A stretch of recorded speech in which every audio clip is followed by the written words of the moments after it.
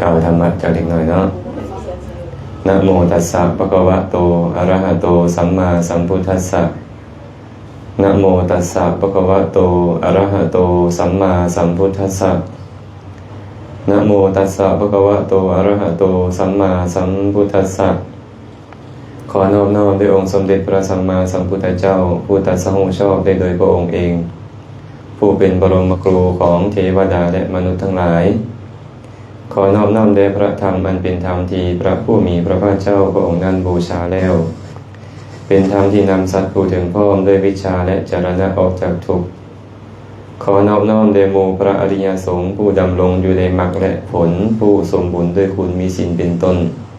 ขอถวายความเคารพครูบาอาจารย์พระสงฆ์สามเณรทุกรูปทุกองค์ขอการกล่าวธรรมะขอความสุขความเจริญจงบังเกิดมีแก่ญาติธรรมเมื่อสุขสุขคนมุนินทวัฒนังโพชาคัพพะสัมภวะสุนทรี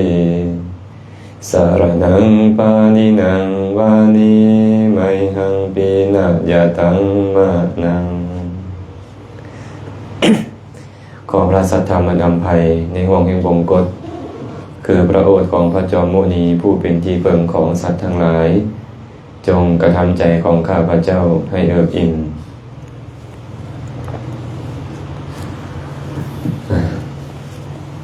ขออนุโมทนาบุญนำญาติธรรมเมื่อสุขสุขคนที่ได้สละเวลามาร่วมกันเจริญกุศลเมื่อกี้นี้ก็ออกจากเงินแม่คำแพงมาแล้วอันต่อเงินไม่ออกแสนไปอีกหลังสุดท้ายอะไรเนาะหลังสุดท้ายแล้วมีเห็นอะไรก็น่าปลื้มใจคือครูบาอาจารย์เป็นว่าผ่านมาเนี่ยเห็นญาติโยมต้มรุมกันนะเป็นผู้ยินดีในการฟังธรรมมันน่าซื่นใจเทศกระวงเลยเมื่ออาจารย์เทศไป7 รอบก็ว่าตัวเองบ่เมื่อยกลับไปแล้วป่วยได้ไปห้องหมอก็น่าอนุโมทนานำที่ครูบาอาจารย์เพิ่นแนะนำบอกกล่าวพวกเราที่นี่ครับพวกเรามีศรัทธาอันนี้เนี่ยน่าชื่นชมอาจารย์บุญทิ้งเพิ่นเนาะเพิ่นมีอุตสาหะในการบอกกล่าวเหตุให้ญาติโยมมีศรัทธาอาตมาก็เลยได้นิสงส์นำมาปากเสก็พอได้มีบอนฉันนำปานะอันนี้ส่งได้ดีนะอันนี้ส่งที่อาจารย์บุญทิ้งเพิ่นทิมรักเอาไว้ก็มีโอกาสได้มาเจริญกุศลนำมาเว้าธรรมะมาสนทนาธรรมมาฟังธรรมนำเพิ่นก็จะเว้าธรรมะพอประมาณนะเว้าพอประมาณธรรมชาติในโลกนี่นะที่พระพุทธเจ้านำมาบอกกล่าวมาบัญญัติแต่งตั้งเปิดเผยที่มันหลายเหลือเกินอย่างเดียวแต่สาระที่สำคัญก็คือเพิ่นอยากให้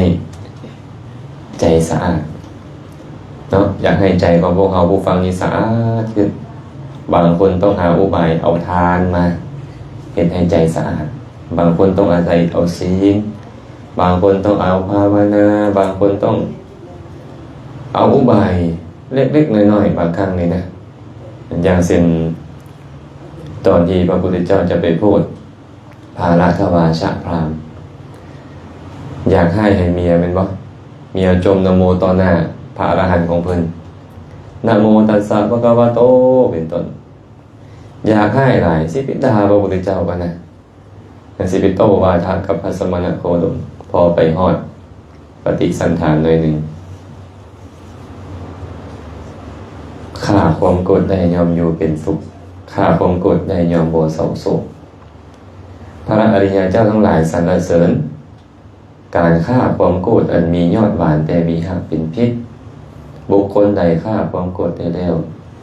ยอมบ่เศร้าโศกมีศรัทธายังลงมั่นได้รวมทุกคนนะเปลี่ยนจากการจะไปด่าไปว่ามานับถือพระรัตนตรัยออกบวชบรรลุเป็นพระอรหันต์ได้เพื่อด้วยปัญหาอุบายในการที่ให้ใจสะอาดเนาะคุณพระพุทธเจ้านี่ยอมน้องสายได้ยินว่าอ้ายออกบวชสิไปด่าอันนี้ก็ได้สิไปด่าพระพุทธเจ้าไปฮอดกันซัดเลยบ่สนหน้าสนหลังองค์เนี่ย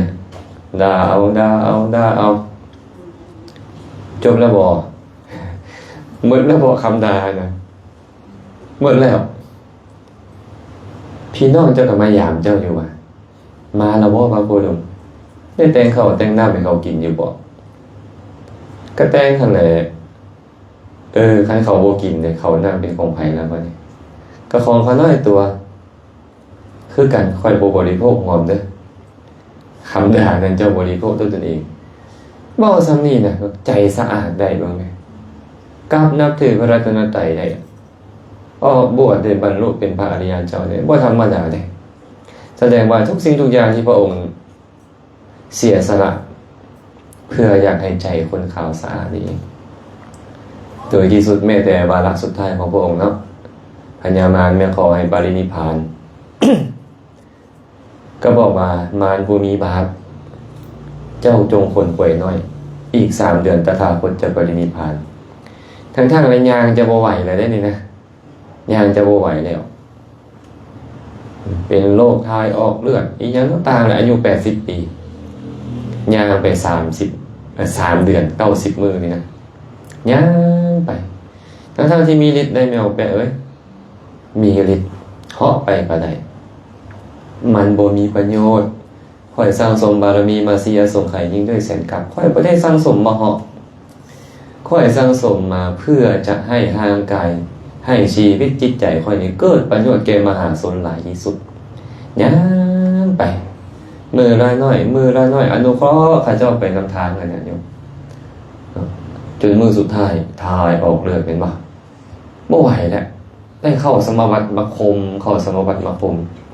อานนท์ไปบอกจุนทะเด้ออย่าให้เราเดือดเนื้อห้อนใจเด้อว่าได้ให้อาหารกับตถาคตปรินิพพานนี่นะเจ้าจงไปปลอบใจเราว่า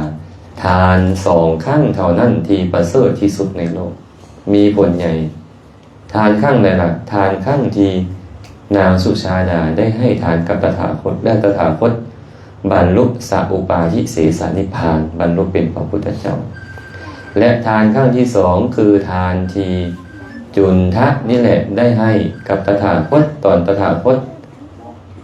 นิพพานด้วยอนุปาทิเสสนิพพานสุดท้ายแล้วกันย่างไปนอนครั้งสุดท้ายบทลุกขึ้นมาอีกจนวาระลมหายใจสุดท้ายแล้วหันทธานิภิกขเวอามันตยามิโว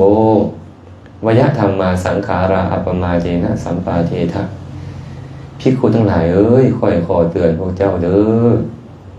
สังขารทั้งหลายทั้งปวงมีความเสื่อมสิ้นไปเป็นธรรมดาพวกทานจงเฮ็ดกิจทั้งหลายที่ควรเฮ็ดให้สมบูรณ์ด้วยความบ่ประมาทเถิดหายใจเข้าออกทุกลมหายใจของพระองค์อยากให้มีประโยชน์ที่สุดโดยที่สุดแม้แต่วาระสุดท้ายของพระองค์ก็ยังให้โอวาทแบบนี้สุดท้ายแล้วก็หลับแล้วบ่ตื่นอีกบ่มีบุคคลผู้ชื่อว่าพุทธะลุกขึ้นมาเทศได้อีกแล้วปรินิพพานไปเหตุทุกสิ่งทุกอย่างเลยเนาะเพื่อให้ทุกคนได้ประโยชน์ไอ้ซ้ำพวกเฮาเนี่ยอาตมาว่าเทศมื้อละ10 รอบนี่โอ้ยมันคันเว้าภาษาวัยรุ่นคือกระจอกเนาะเมื่อเทียบกับพระพุทธเจ้านะเฮานี่ขี้ให้หลายกระจอกหลายสำนีนี่นะพอไม่ออกให้กันให้ฟังมื้อละ10 รอบนี่โอ้ยก็ยังกระจอกอยู่นี่ แต่ที่ว่าหน้าครับหน้านับถือเลยน้ำใจของแต่ละคนเมื่อกี้นี่อาจารย์บุญทิ้งว่ามาเฮือนหลังใหม่กับหน้าเก่านี่แดดเพิ่นว่าเปลี่ยนแต่เฮือนซื่อๆอาจารย์มือส่งให้ว่าครับกุมห่างเครื่องเพิ่นว่า กุมห่างเครื่องนี่แหละบ่เป็นกุมอื่นดอกว่าซั่นแต่จังได๋ก็ถือว่าดีเนาะถือว่าดีเฮ็ดให้พวกเขาได้เสพและบ่แม่นแต่พวกเขาเด้นี่ทุกครั้งที่ครูบาอาจารย์เพิ่นไล่สดลงไปอีกหลายคนที่ยังบ่คันมีโอกาสได้มีโอกาสฟังถึงจะเป็นเรื่องเดิมๆเนี่ยศรัทธาเขาเพิ่มพูนขึ้นเราเห็นเขาเฮ็ดป้าพี่น้องทางปากเสญาติทางปากเสเบิ่งแม่ครูบาอาจารย์กายเฮือนเขาบ่ได้เลยมาบ้านค่อยก็จะเฮ็ดแบบนี้นี่มันเป็นอุปนิสัยปัจจัยให้ข้าเจ้าเนาะเป็นอารัมมันอุปนิสัยปัจจัยให้ได้เขานี่ยากเฮ็ดเหมือนกับเขาและเขาจะขอโอกาสได้เฮ็ดแบบนั้นอย่างที่บอกว่าหาเครื่องบ่ไปหาเครื่องบ่ดีได้หาเครื่องดีได้นี่แหละบ่ได้เต้นดอกแต่ว่าเป็นหาเครื่องคือแค่ไปสินะเนาะก็ถือว่าดีอนุโมทนาบุญนำการจะนำธรรมะ จะข้อหนึ่งมาบอกในมือนี้ปรารภไว้ที่สถานที่นี้พระพุทธเจ้าเคยตัดพุทธพจน์บทหนึ่งเอาไว้ว่ากายะสูจริงวาจาสูจริงมโนสูจิมนาสวรรค์พระองค์บอกว่าบุคคลผู้มีกายสะอาดมีความสะอาดทางกายมีความสะอาดทางวาจามีความสะอาดทางใจเป็นผู้ถึงพร้อมแล้วด้วยความสะอาดบ่มีอาสวะบุคคลนี่แหละชื่อว่าบุคคลผู้อาบน้ำล้างบาปเฮ็ดให้สะอาดบ่เป็นการอาบแบบอื่นเพิ่นว่ากายสะอาดวาจาสะอาดใจสะอาดนี่แหละเอิ้นว่าผู้อาบน้ำให้สะอาดนะสมัยหนึ่งพระสัมมาสัมพุทธเจ้าได้ปรารภกับจุนทะนี่แหละพระองค์ได้เสด็จดำเนินไปแล้วก็ไปพักอยู่ในสถานที่ในส่วนหมักมัวของเราก็เลยเข้าไปเฝ้าพระสัมมาสัมพุทธเจ้าตอนนั้นยังบ่มีศรัทธาพระพุทธเจ้าก็เลยถามว่าจุนทะ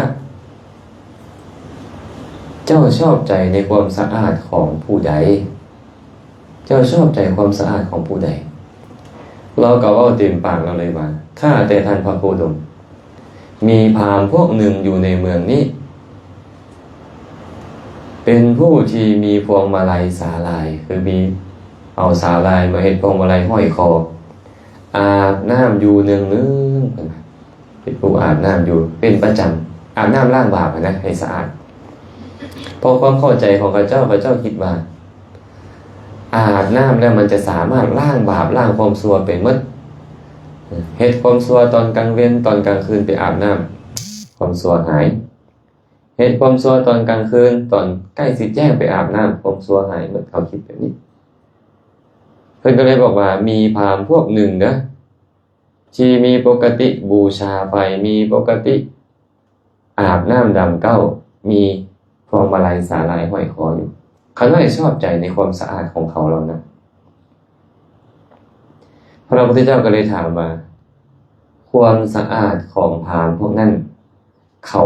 สอนกันว่าจะได้ให้ความสะอาดนี้นะท้าวจุนทาก็เลยบอกว่าข้าแต่พระองค์ผู้เจริญพราหมณ์ทั้งหลายเหล่านั้นได้สอนแก่สาวกแบบนี้ว่ามาเถิดพวกท่านทั้งหลายพวกท่านทั้งหลายตื่นขึ้นมาแต่เช้าแล้วจงเอาฝ่ามือไปลูบแผ่นดินจะเป็นมงคลจะสะอาดหากว่าได้เอามือลูบแผ่นดินให้เอามือไปลูบโคไมขี่งัวขออภัยอาจจะเป็นคำพูดที่มูลงัวเนาะ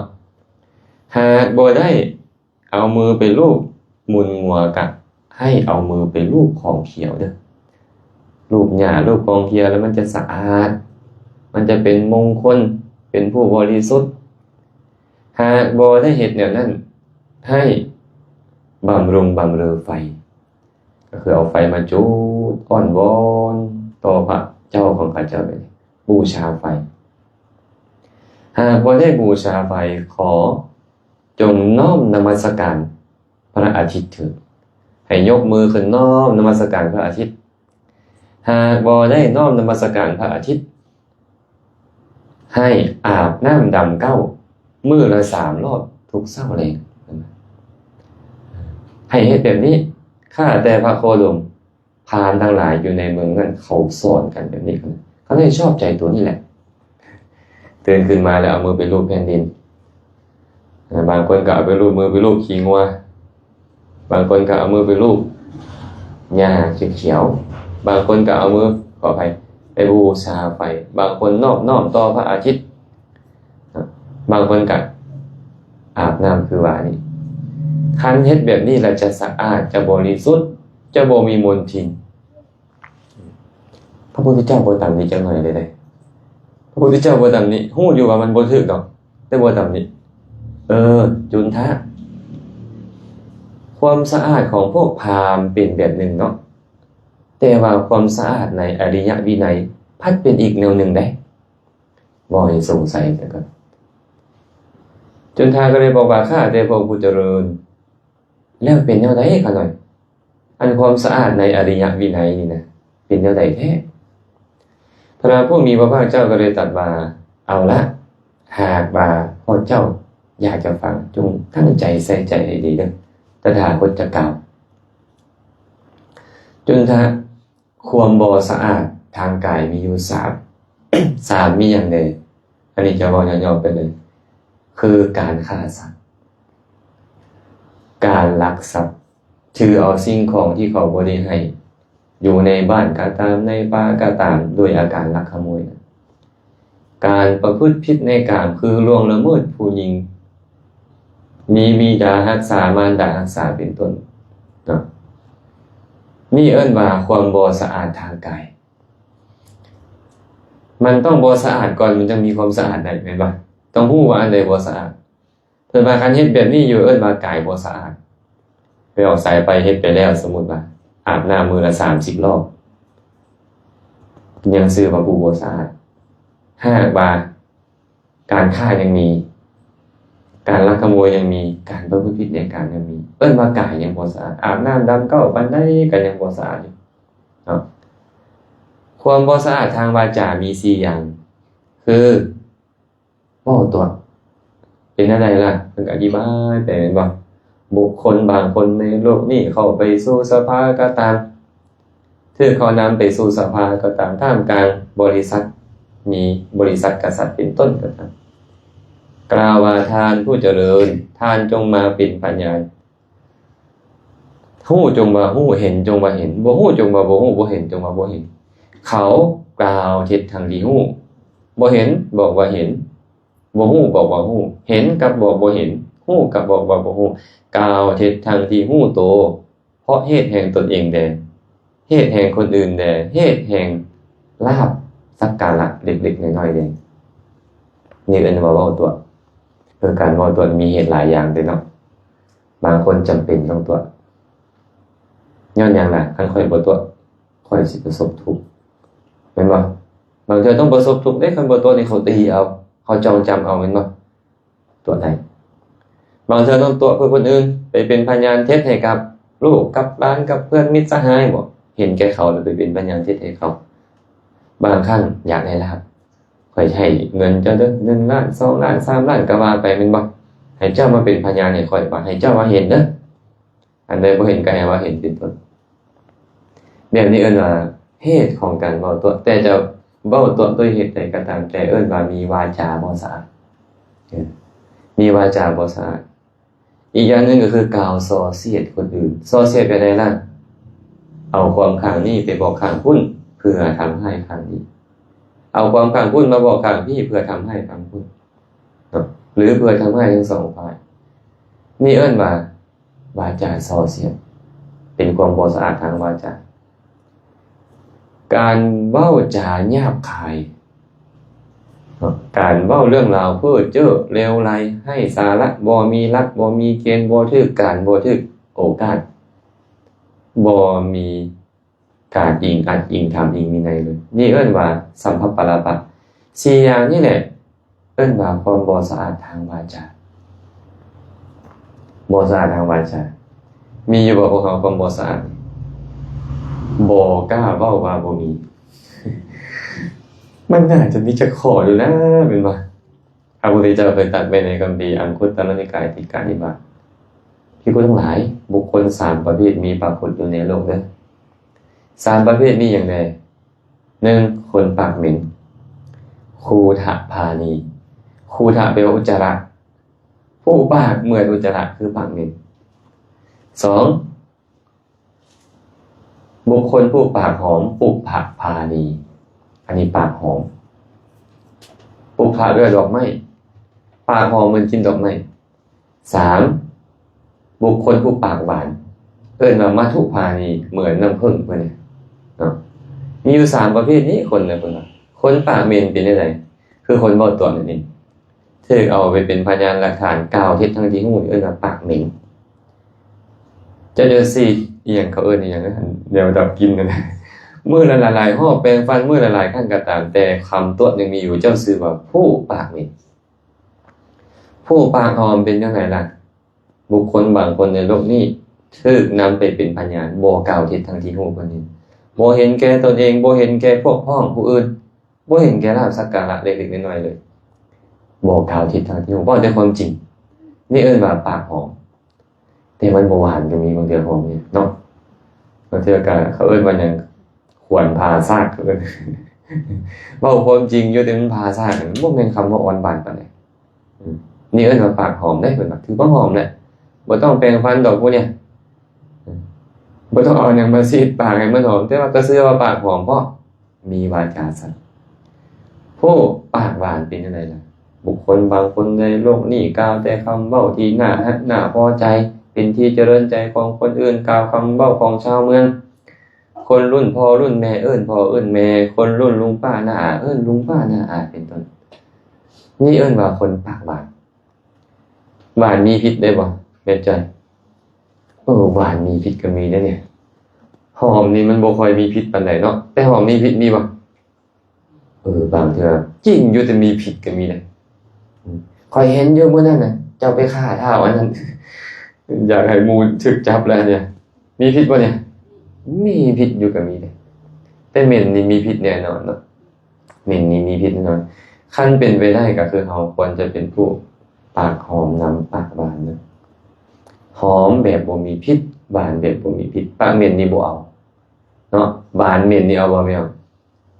หวานอยู่แต่ว่าโอ๊ยตัวทั้งนั้นทั้งเพเลยมารวมกันเนี่ยบ่คักเนาะบ่เข้าท่าฉะนั้นพวกเฮานี่1ตั้งหลักแล้วค่อยจะเป็นคนปากหอมและจะหวานนำและจะพยายามเฮ็ดให้มันบ่มีพิษวาจาสุภาษิตนั่นเองเนาะเป็นผู้มีวาจาสุภาษิตอาจารย์พระองค์เลยว่าไว้ในสุดนี่ว่า4อย่างนี้เอิ้นว่าความบ่สะอาดทางวาจาหากผู้ใดยังมีอยู่เอิ้นว่าวาจาบ่สะอาดความบ่สะอาดทางใจก็มีอยู่3อย่างคือกันคือ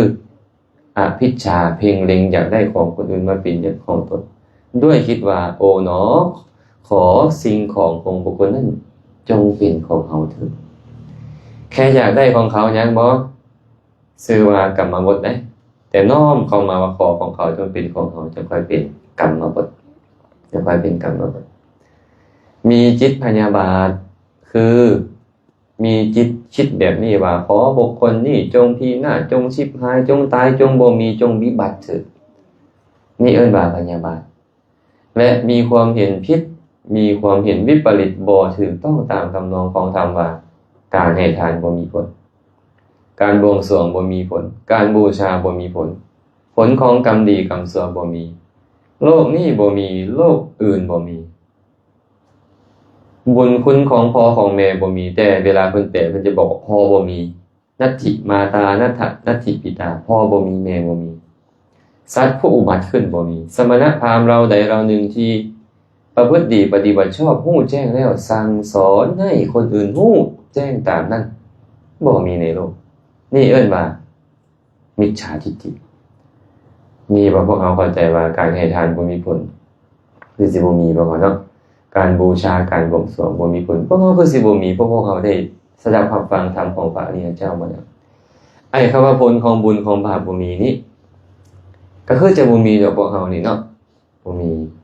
แต่ว่าโลกนี้บ่มีโลกหน้าบ่มีสำหรับบางคนยังคิดอยู่เลยคำว่าโลกนี้บ่มีบ่ได้หมายความว่าตอนนี้บ่มีได้โลกอื่นบ่มีก็บ่ได้หมายความว่าชาติหน้าบ่มีกันเขาเห็นแค่ว่าผู้ตายจากโลกอื่นแล้วมาสู่โลกนี้บ่มีตายโลกนี้แล้วจะไปเกิดในโลกอื่นก็บ่มี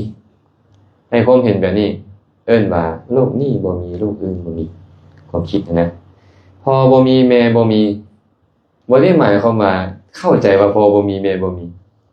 ครับเข้าใจแบบนี้ว่าบุญคุณของพ่อแม่ที่ยิ่งกว่าคนอื่นบ่มีและการเฮ็ดความบ่ดีต่อพ่อต่อแม่ที่มีโทษหลายกว่าคนอื่นก็บ่มี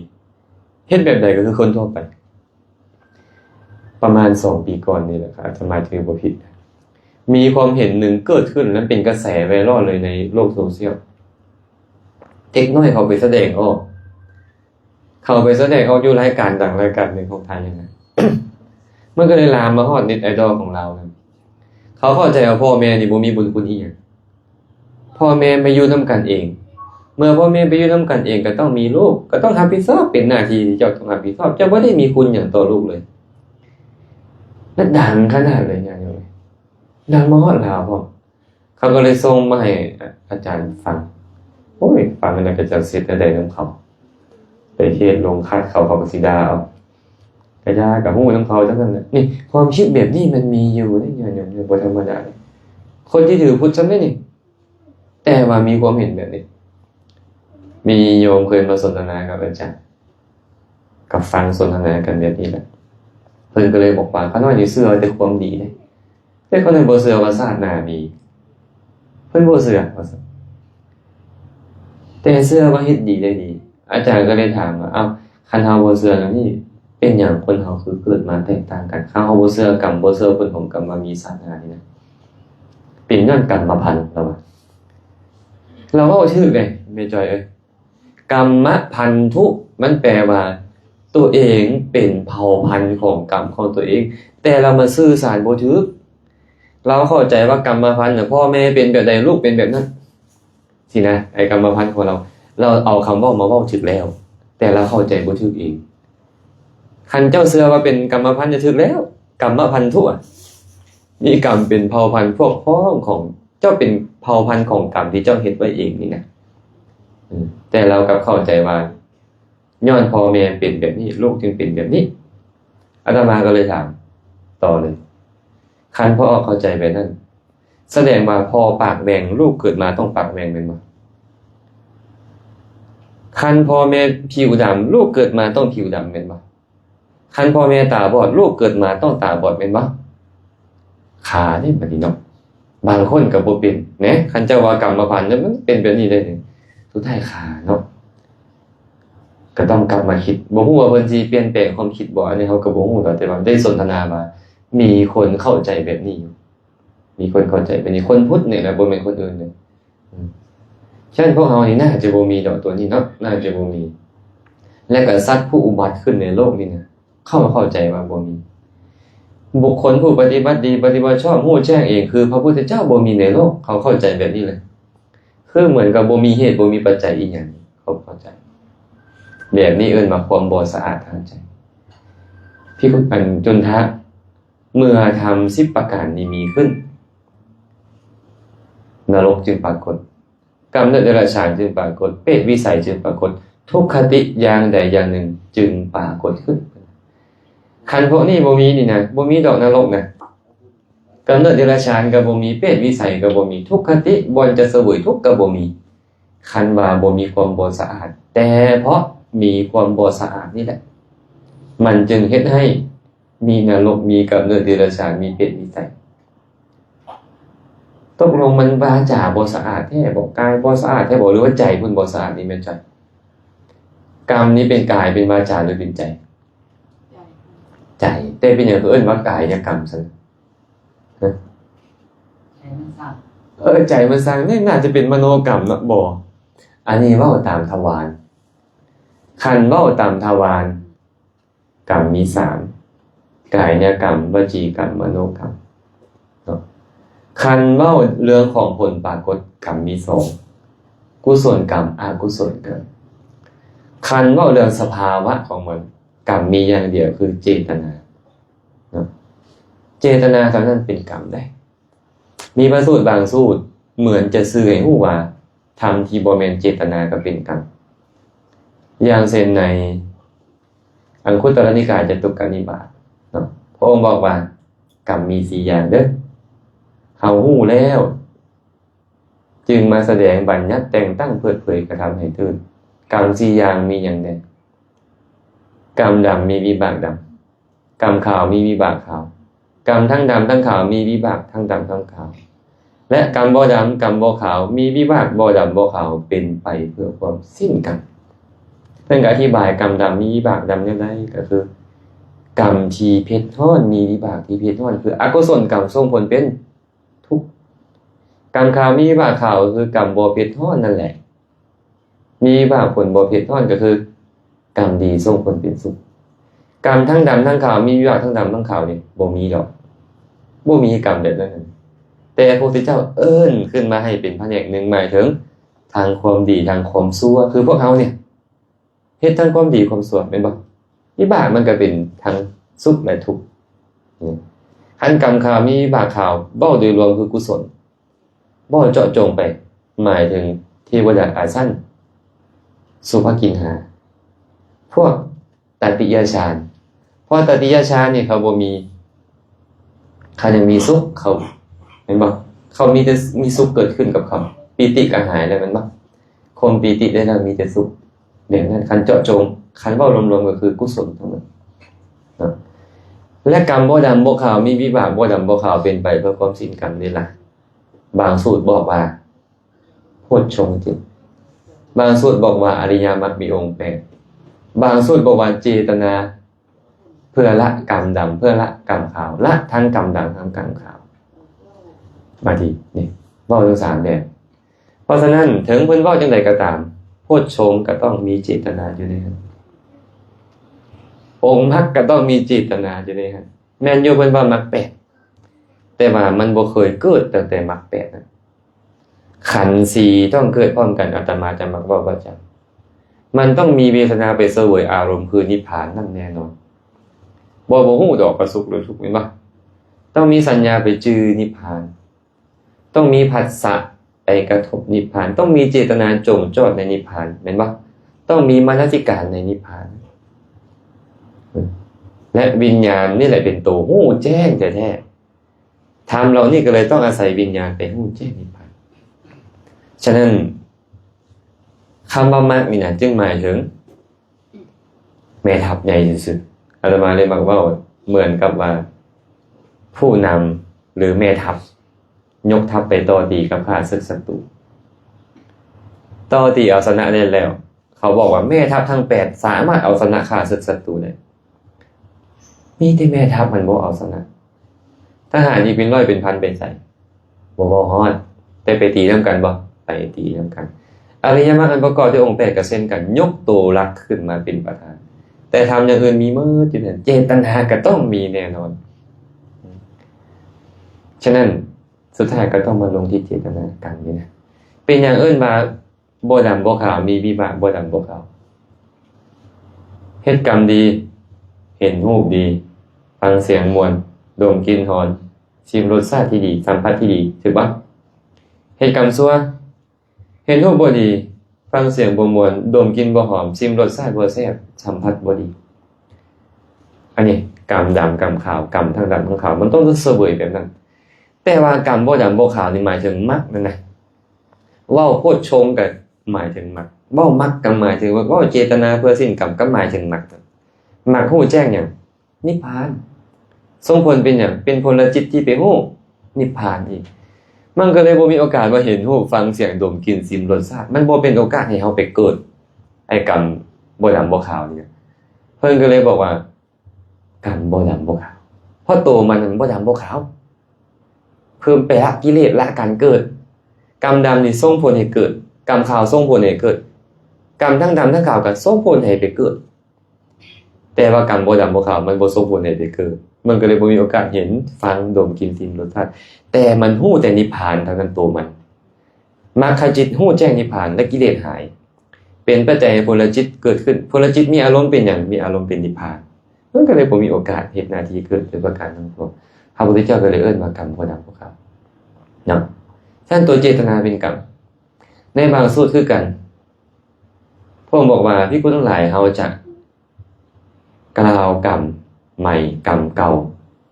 กรรมเก่ากรรมใหม่แม่นบ่ความดับกรรมและปฏิปทาอันให้ถึงความดับกรรมแก่พวกท่านทั้งหลายพวกท่านทั้งหลายจงใส่ใจให้ดีเฮาจะกล่าวภิกษุทั้งหลายตาเป็นกรรมเก่าหูเป็นกรรมเก่าดังเล่นกายใจเป็นกรรมเก่าอันเจตนาปรุงแต่งแล้วเกิดขึ้นเพราะเจตนาเจตนาเป็นกรรมใหม่เป็นว่าแม่นบ่และความดับบ่เหลือแห่งกรรมความสลัดออกความพ้นไปจากกรรมคือนิพพานเป็นความดับกรรมปฏิปทาให้ถึงความดับกรรมก็คืออริยมรรคอันประกอบด้วยองค์8คันเฮาไปฟังมึงบ่สุดอ้าวพระพุทธเจ้าบอกตาก็เป็นกรรมได้นี่ แล้วตอนใดละตอนที่ไม่ออกไซไปบ่มีตานอนหลับมีตาบ่แสดงว่ามีกรรมถูกบ่ตาบ่เป็นกรรมดอกพระพุทธเจ้าก็เลยย่ำเข้าไปว่าอันเจตนาปรุงแต่งแล้วเกิดขึ้นจากเจตนาตัวกรรมแท้คือเจตนาเก่าพุ่นเว้าผลของมันแต่สื่อถึงเหตุของมันพุ่นย้อนอย่างเขาจึงมีตาไปนี่ค่อยมีกรรมเก่าเป็นย้อนอย่างเขาจึงมีหูค่อยมีกรรมเก่าแม่นบ่เป็นอย่างค่อยจึงมีวิญญาณมาอาศัยตาเห็นรูปอาศัยหูฟังเสียงเป็นต้นค่อยมีกรรมเก่าคือเจตนาที่ล่วงไปแล้วเอิ้นว่ากรรมเก่าแต่มันส่งผลเป็นตาหูดังลิ้นกายใจไหมตาจึงบ่เป็นกรรมได้จะไม่เข้าใจผิดเนี่ยตาหูดังลิ้นกายเป็นรูปธรรมบ่เป็นกรรมใจที่พระพุทธเจ้าหมายถึงผลของกรรมมันก็บ่ได้เป็นกรรมมันเป็นผลของกรรมอีกทีนึงที่เจ้ามาเห็นรูปฟังเสียงดมกลิ่นฉะนั้นก็ต้องไปลงที่เจตนาเจตนาเก่าเอิ้นว่ากรรมเก่าเจตนาปัจจุบันก็เอิ้นว่ากรรมใหม่แบบนี้อันสั้นเนาะถึงเขาจะบอกว่ากายบ่สะอาดวาจาบ่สะอาดใจบ่สะอาดกระดามเถอะแต่ความจริงคือตัวใจนั่นแหละบ่สะอาดกายนี่นะมันบ่แม่นบุญบ่แม่นบาปอีหยังเลยเมื่อกี้นี่พวกเขาเข้ามาครูบาอาจารย์มาปึ๊บญาติโยมก็พากันไปตักน้ำลาที่บางคนเซตตีนมาพร้อมกันแล้วกราบไหว้เอามือยกเข้าของถวายครูบาอาจารย์ใส่กายเฮ็ดบ่กายเป็นกรรมหรือใจเป็นกรรมใจเป็นกรรมแต่เอิ้นใจนั่นว่ากายกรรมเพราะใจเฮ็ดให้แสดงออกมาทางกายเป็นทวารของมันซื่อๆนะเป็นทวารของมันซื่อๆแม่วาจาคือกันวาจาบ่เคยเป็นกรรมเพราะวาจาเป็นรูปธรรมเมื่อใจคิดดีและบ่ดีแล้วจึงเบ้าออกมาทางวาจาแม่นบ่ใจเพิ่นน่ะเป็นกรรมพระองค์จึงเจาะจงลงไปว่าเจตนาหังภิกขเวกัมมังวะทามิเจตจิตวากัมมังกโรติกายเยนะวาจายะมนัสสาภิกขุทั้งหลายเฮากล่าวเจตนาเด้อว่าเป็นกรรมเพราะบุคคลจงใจแล้วจึงเฮ็ดกรรมด้วยกายวาจาใจความจริงมันเจตนามันเกิดขึ้นแล้วตอนไหนมันเกิดขึ้นมันเป็นกรรมไปแล้วเอิ้นตามทวารเท่านั้นเองใช่กายบ่เคยเป็นกรรมวาจาบ่เคยเป็นกรรมแต่เป็นช่องทางปรากฏของกรรมเมื่อกรรมเกิดขึ้นมันเลยปรากฏมาทางกายแบบนี้เมื่อกรรมเกิดขึ้นเลยปรากฏมาทางวาจาแบบนี้พระพุทธเจ้าเลยสรุปว่าจุนทะเอ้ยเพราะมี10ประการนี้มีกรรมมาบน10อย่างนี้อกุศลกรรมมาบน10อย่างนรกกรรมเดรัจฉานเปรตวิสัยจึงปรากฏทุกขติอย่างใดอย่างหนึ่งจึงปรากฏตรงกันข้ามพระองค์ก็เว้ากุศลกรรมบทนั่นเลยบอกว่าจุนทะความสะอาดทางกายมี3คือบุคคลเว้นขาดจากการฆ่าสัตว์เว้นขาดจากการลักทรัพย์เว้นขาดจากการประพฤติผิดในกามเอิ้นว่ากายสะอาดบ่ได้อาบน้ำดำเก้าอีหยังเลยเพิ่นเนี่ยแต่มันสะอาดเนาะเช่นเดียวกันจุนทะความสะอาดทางวาจาก็มี4บุคคลบ่เว้าตัวบ่เว้าส่อเสียดบ่เว้าคำหยาบบ่เว้าเพ้อเจ้อเรื่องใดเอิ้นว่ามีวาจาสะอาดคำว่าบ่เว้าจำเป็นต้องเว้าบ่ บางทีเนาะพระพุทธเจ้าก็เว้าให้เฮางงอยู่เด้อหมดเดือความจริงแล้วพระองค์บ่อยากให้เฮางงดอกแต่เฮาดันงงเองกันแล้วเช่นเพิ่นเว้าในอริยมรรคมันประกอบด้วยองค์8เว้าเรื่องวาจาเนาะภิกขุทั้งหลายสัมมาวาจาเป็นจังได๋เนาะวาจาชอบแม่นบ่คือหยัง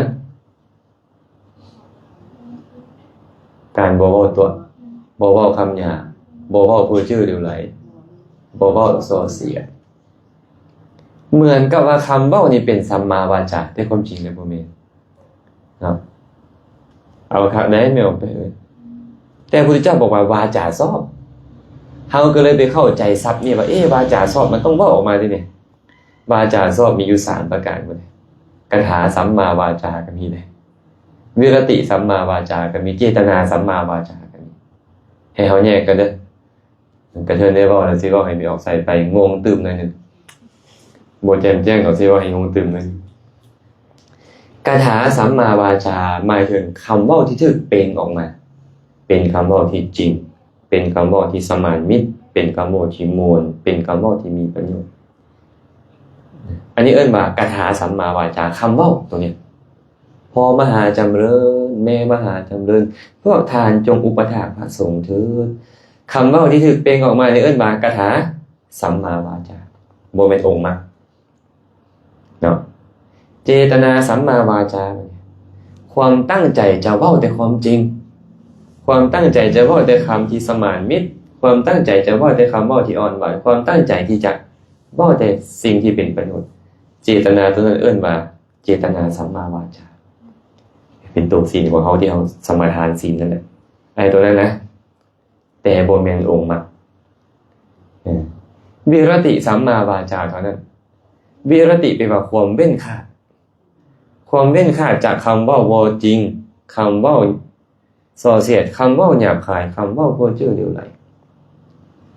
จะเอิ้นว่าองค์มรรคเด้แสดงว่าบ่มีการเว้าเข้าใจป่ะผู้ใดนางตัดสหูแล้วเว้าเบื่ออยู่จังซั่นมีบ่ผู้นางตัดสหูแล้วเว้าจังซั่นบ่แม่นคือตัวนี้ขึ้นมาปึ๊บบ่มีการเว้าสิ่งที่บ่ดีบ่จำเป็นต้องเว้าอีหยังได้ความเว้นได้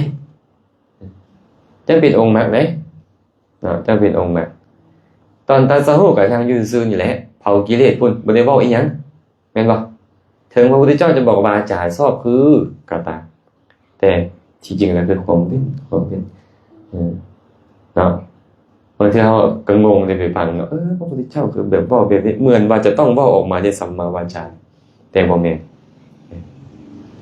ตอนพระพุทธเจ้าตรัสรู้อยู่ใต้ต้นสีมหาโพธิ์ก็บ่มีดอกอันเว้าอยู่หั่นน่ะเนาะอยู่ผู้เดียวสิเว้ากับผู้ใดบ่แต่ความเว้นขาดมันเกิดขึ้นในตอนนั้น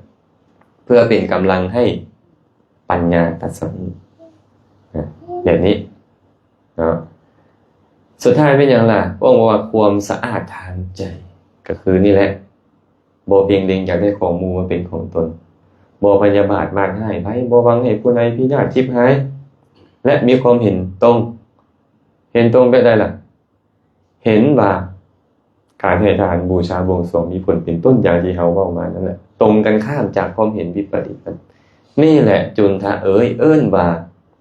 ความสะอาดทางใจจุนทะเพราะกรรมบท10อย่างนี้มีอยู่สุขติคือความเป็นมนุษย์ความเป็นเทวดาหรือสุขติอย่างใดอย่างหนึ่งจึงปรากฏขึ้นนี่เอิ้นว่าความสะอาดทางกายวาจาใจจุนทะผู้ใดกระทำนั้นหากว่ามี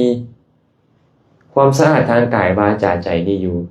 ตื่นขึ้นมาแล้วเขาจะเอามือลูบขี้ดินกระตามบ่ลูบกระตามเขาก็ชื่อว่าสะอาดเขาจะเอามือจับโคไม้เขาก็ชื่อว่าสะอาดเขาจะบ่เอามือจับโคไม้เขาก็ชื่อว่าสะอาดเขาจะเอามือไปลูบของเขียวหรือบ่ลูบของเขียวเขาก็ชื่อว่าสะอาดเขาจะบูชาไฟหรือบ่บูชาไฟเขาก็ชื่อว่าสะอาดเขาจะยกมือขึ้นน้อมพระอาทิตย์หรือบ่เฮ็ดก็ตามเขาก็ชื่อว่าสะอาดเขาจะอาบน้ำดำเก้าทุกเช้าแลงมื้อละ3รอบหรือบ่เฮ็ดก็ตามเขาก็ชื่อว่าสะอาดข้อนั้นเพราะเหตุใดจุนทะเพราะธรรมเหล่านี้เป็นความสะอาดนำเป็นเหตุแห่งความสะอาดคันตรงกันข้ามเนาะคันเจ้ามีกายวาจาใจที่บ่สะอาดจะไปรูปมื้อละ10รอบก็ย้ายขี้ดินนั่นน่ะบ่รูปก็ตามแม่นบ่เจ้าก็ชื่อว่าผู้บ่สะอาด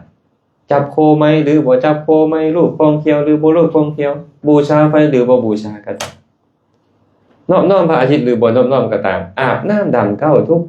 เช้าแลงมื้อละ3รอบหรือบ่เฮ็ดก็ตามเจ้าก็ชื่อบ่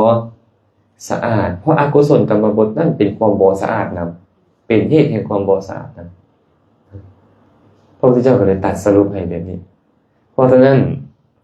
ธรรมะคำสอนที่พระพุทธเจ้าสอนทั้งหมดนี่น่ะ อยากให้เราเห็นก่อนว่าอันนี้คือความสะอาดอันนี้คือความบ่สะอาดเมื่อเห็นแล้วว่าสิ่งใดบ่สะอาดควรละสิ่งนั้นสิ่งใดเอิ้นว่าสะอาดควรเจริญสิ่งนั้นเมื่อวานนี้อาจารย์บุญสมเพิ่นเว้าให้เราฟังบอกว่าไตรปิฎกมีแนวนี้โอ้ยไปฟังอาจารย์บุญชิงเทศน์เองคักเลยเพิ่นใจแยกตั้งแต่นิกายของเพิ่นน่ะเนาะว่าละเอียดยิบเลยว่าโดยธรรมขันธ์ 84,000 ธรรมขันธ์ว่าโดย อนุศาสตร์มีอยู่9อย่างสุตตะเคยะเป็นต้นเว้าโดยนิกายมี4นิกายทีฆนิกายเป็นต้นว่าโดยปิฎกมี3ปิฎกว่าโดยองค์คือธรรมและวินัยครับคันว่าด้วยความเป็นอันเดียวได้บ่ได้สุขตะวินัยเห็นบ่แต่ว่าทั้งหมดทั้งมวลน่ะพระองค์เทศไว้หลายประการต่าง รวมลงใน3อย่างการบ่เฮ็ดบาปทั้งปวงการเฮ็ดกุศลให้ถึงพร้อมการชำระใจให้บริสุทธิ์นี่เป็นคำสั่งสอนของพระพุทธเจ้าทั้งหลายทุกพระองค์จะอุบัติขึ้นมาในโลกจากพระองค์ก็ตามที่ผ่านมาเนี่ยมาสอนแบบเดียวกัน3อย่างนี้ จะอุบัติขึ้นมาในโลกอีกจากพระองค์ก็ตามสร้างสมบารมีได้เพื่อบรรลุจะมาตัดสอน3อย่างนี้และพระพุทธเจ้าพระองค์ปัจจุบันนี้ก็สอน3อย่างนี้เว้นจากบาปเฮ็ดความดีเฮ็ดใจให้สะอาดแต่ทุกมื้อนี้พวกเขาต้องการเฮ็ดความดีอยากได้บุญแม่นบ่แต่พวกเขาบ่เว้นบ่อยากเว้นจากความชั่วเห็นบ่หลายๆคนก็เจ้าเฮ็ดบุญอันนี้เว้าสำหรับผู้ที่ยังบ่ได้สดับรับฟังเนาะฆ่างัวฆ่าควายฆ่าหมูเฮ็ดเป็ดไก่แม่นบ่เบียดเบียนกันผิดป้องต้องเถียงกันเฮ็ดบุญเพื่อให้ได้เฮ็ดบุญนั่นแสดงว่าพวกเขาบ่อยากเว้นบาปถูกบ่อยากได้บุญแต่พวกเขาบ่อยากเว้นบาปมันก็ยังมีบาปคือเก่าเนาะบางคนเข้าวัดนี่แหละโอ้แม่นบ่รู้จักนี่นะอยากได้บุญขอบอกนิดนึงเด้อทึกภัยกะยาเด้อ ไปใหม่ๆอาจารย์เขาน้อยอยากฟังธรรมโอ้ยได้ฟังธรรมอาจารย์แล้วเขาน้อยปีติหลายว่าซั่นเด้เขาน้อยขอภาวนาเด้ออาจารย์ต้องการหยังให้บอกเขาน้อยให้ใส่สุขไฟเขาน้อยเด้ว่าซั่นโดนไปเริ่มอยากคุมอยากคูอยู่วัดได้บ่เนี่ยอาจารย์ต้องเฮ็ดแบบนี้เด้ต้องเฮ็ดแบบนั้นได้บ่เนี่ยเด้ไปเลยบัดนี้เด้ผู้ใดมาบ่ผ่านตัวเองเริ่มเซ็กแล้วเด้เริ่มเขาเอิ้นดีลิทอีหยังก็จะว่าเริ่มคันเซิลอีหยังแม่นบ่นี่มันเริ่มเป็นขึ้นมาอย่าให้เฮาเป็นแบบนั้นแฮงโดนเข้าไปเฮาต้องอย่าแก้วีซ่าแบบมันจะเป็นปอบเลย แก้วีซ่าบางวีซ่าแก้เป็นปอบเนาะอยู่วัดดนแล้วแก้บางคนเนี่ยคันแบบนั้นผิดจุดประสงค์พระพุทธเจ้าเลยที่จุดประสงค์ของเฮาที่จะเดินตามพระพุทธเจ้าเนาะแฮงเฮาอยู่โดนไปความเอื้อเฟื้อหมู่แห่งต้องปรากฏนะคือพวกเขาเห็นอาตมาเห็นพวกญาติโยมเห็นโอ้ยดีอกดีใจเนาะนิมนต์เฮือนผู้นี้นำเด้อขอให้อนุเคราะห์ผู้นี้แน่เนาะบ่ญาติบ่ซิงกันน่าจะเอาบุญกันนะนิมนต์เฮือนผู้นั้นนะขอให้อาจารย์สะดวกบ่นี่นะบ่ญาติบ่ซิงมีแต่แนะนำสักส่วนให้เขาได้เฮ็ดเหมือนกันกับตนหรือยิ่งกว่าตนบ่อยากได้หน้าบ่อยากได้ตาจนต้องผิดป้องต้องเถียงกันนะคือว่าอยากเอื้อประโยชน์ให้หมู่ได้ประโยชน์นำตนเพราะตัวนี้เห็นแล้วมันเป็นประโยชน์แท้แต่หลายคนบ่เป็นแบบนี้เด้แก้วิชาคืออาจารย์บอกว่าเนี่ยอย่าคุมฮอดอย่าครูว่าบัดเนี่ยตอนใหม่ๆนี่น้อมก็ไปหาอย่าครูดนๆไปแล้วบ่ได้อย่าครูต้องเฮ็ดตามใจตัวเองไปโอ้แสดงว่าตอนนี้นี่พวกเฮากำลังใส่ใจผิดแล้วแต่บ่ได้หมายความว่าเฮาตักเตือนครูบาอาจารย์บ่ได้เฮาฮักครูบาอาจารย์ต้องตักเตือนได้อันใดบ่เหมาะบ่สมบ่ควรขอโอกาสค่ะน้อยอาจารย์แบบนี้เหมาะสมก่อนบ่หรือแบบนี้อาจารย์เห็นบ่าแนวใดพระพุทธเจ้าเพิ่นตรัสไว้แบบใดได้ค่ะน้อยมีอุบายแบบใดเฮ็ดให้เหมาะสมกว่าเก่าควรเด้ควรนั่นน่ะแต่บ่แม่นครูบาอาจารย์บ่ได้ตั้งใจตัวเองล่ะที่กะฟาดกะด้านกะเดืองกันบ่ได้ตัวนี้ผิดจุดประสงค์เนาะพระพุทธเจ้าก็เลยบอกว่าการบ่เฮ็ดบาปทั้งปวงจะต้องเว้นก่อนอันใจที่เป็นอกุศลของเราทิ่มกันใจเจ้าบ่เป็นอกุศลแสดงเป็นบุญแหละแต่บุญสำนี้บ่คันพอได้ตราบใดก็ตามอรหัตตมรรคบ่เกิดขึ้นเจ้าต้องเจริญบุญกุศลเรื่อยๆให้ยิ่งขึ้นไปกว่าเก่าเนาะเมื่อเจริญบุญกุศลอยู่เรื่อยๆเนี่ยมันเริ่มสะอาดขึ้นสุดท้ายมันก็อรหัตตมรรคเกิดขึ้นก็สะอาดบริสุทธิ์โดยสิ้นเชิงเมื่อใดอรหัตตมรรคบ่เกิดขึ้นยังบ่สะอาดนะเราอาการอยากไปถามพระพุทธเจ้าบุคคลจะข้ามโอคะได้ย้อนหยังจะข้ามอันนบได้ย้อนหยังจะก้าวล่วงความทุกข์ได้ย้อนหยังจะบริสุทธิ์สะอาดย้อนหยังพระพุทธเจ้าบอกว่าข้ามโอคะได้ด้วยศรัทธา ข้ามอันนบได้ด้วยความบ่ประมาทก้าวล่วงทุกข์ได้ด้วยความเพียรและบริสุทธิ์ด้วยปัญญาสมมุติว่าไม่ออกที่ไปข้ามแม่น้ำมีศรัทธาและข้ามได้เลยบอกหรือต้องใส่เหือคือเก่า แสดงว่าแม่น้ำตัวนี้บ่แม่นแม่น้ำธรรมดาแสดงว่าแม่น้ำตัวนี้แม่น้ำกิเลสโอคะจึงมีอยู่4อย่างพระพุทธเจ้าตรัสโอคะไว้กาโมคะภโวคะทิฏโถคะอวิชโชคะศรัทธานี่นะจะยังลงมั่นกับบุคคลใดโสดาบันแสดงมาโสดาปฏิมักไอ้คำว่าศรัทธาจะข้ามทิฏโถคะได้จะข้ามห่วงน้ำคือมิจฉาทิฏฐิได้บุคคลจะข้ามห่วงน้ำคือมิจฉาทิฏฐิได้ย่อมมีโสดาปฏิมักศรัทธาจะสมบูรณ์มาเลยพระองค์ก็เลยบอกว่าข้ามห่วงน้ำคือโอคะได้ด้วยศรัทธาข้ามอันนบด้วยความบ่ประมาทอันนบก็คือห่วงน้ำอีกคือเก่าเปลี่ยนแต่คำว่าแต่อันเดียวกันบ่ประมาทและข้ามอันนบได้บ่คำว่าบ่ประมาทหมายถึงสกัดหาคามิมักจะข้ามพระโวคะที่มันยังยาวอีก7ชาติเฮ็ดให้เหลืออีกชาติเดียวในการจากการมาวจรโอคะตัวนี้นะจะเฮ็ดให้พระโวคะที่มันดุลนี่นะแต่ว่าพระโวคะแท้ๆนี่นะอรหันตมรรคละได้แต่แทนที่มันจะไปเกิดอีก7ชาติในการมาวจรมันจะมาเทื่อเดียวนี่เฮ็ดพระโวคะเฮ็ดภพให้สั้นลงความบ่ประมาทในที่นี้จึงหมายถึงสกัดหาคามิมักจะก้าวล่วงทุกข์ได้ด้วยความเพียรและล่วงทุกข์บ่เพียรจะซื้อบ่ล่วงทุกข์เห็นบ่เพียรจะเจ็บปวดก้นอยู่นี่เห็นบ่เพียรนั่งอยู่นี่บ่ล่วงทุกข์ได้เนาะเพราะไม่เอาก็ปวดขากันอยู่นี่เพียรฟังธรรมแต่ความเพียรในที่นี้ หมายถึงอนาคามีมักผู้ใดยังทุกข์ใจ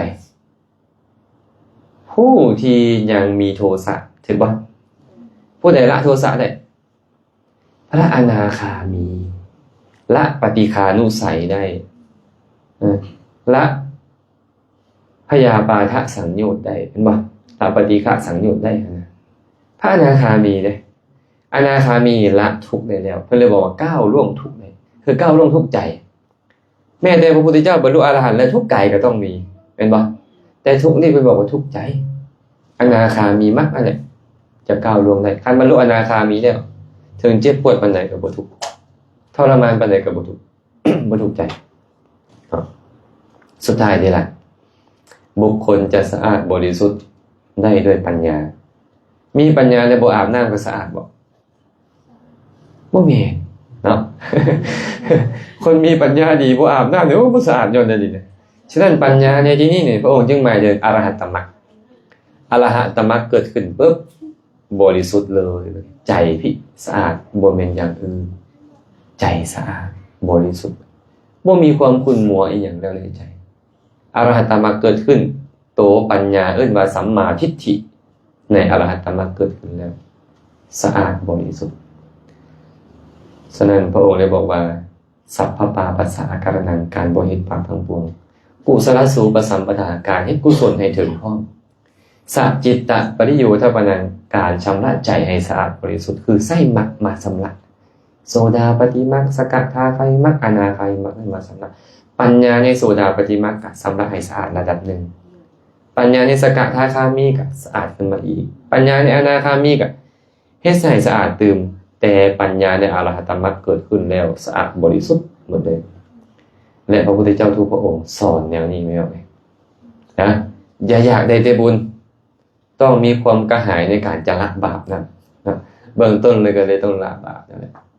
แล้วก็เฮ็ดบุญใจก็จะสะอาดบริสุทธิ์ตามมาพระองค์ก็เลยแสดงในแบบนี้กับจุนทะบอกว่าอันเจ้ามีธรรมที่บ่สะอาดอยู่นะเจ้าจะเฮ็ดวิธีการได้ก็ตามที่พวกพราหมณ์เขาเชื่อนี่นะก็สะอาดบ่ได้ตรงกันข้ามคันกิเลสจะบ่มีความบ่สะอาดทางกายวาจาใจมันบ่มีแล้วเจ้าเฮ็ดอีหยังหรือบ่เฮ็ดอีหยังเลยมันก็คือผู้สะอาดเพราะธรรมที่สะอาดมีในใจของเจ้าเนาะ นาะมื้อนี้ก็เอามาเว้าซั่นนี้แหละคนจะเจ็บแข้งเจ็บขาเจ็บก้นเจ็บก้อยกันหลายแล้วพวกเราเนาะนั่งมาโดนแล้วก็คงจะพอสมควรอนุโมทนาบุญนำครอบครัวของไม่ออกใส่ไปพร้อมด้วยเพื่อนมิตรสหายทุกผู้ทุกคนเลยที่ได้นิมนต์พระสงฆ์ให้เข้ามาสวดประคุณเพื่อเจริญกุศลก็ขอให้กุศลนี้จงเป็นปัจจัยอำนวยอวยใจให้ทานทั้งหลายจงได้ประสบพบเจอได้ความสุขปราศจากทุกข์ทั้งปวงหากปรารถนาสิ่งหนึ่งประการใดอันเป็นไปในทางที่ชอบประกอบด้วยธรรมแล้วก็ขอให้ความปรารถนาของทุกคนทุกทานจงสำเร็จโดยทั่วกันทุกทานทุกคนเทอญ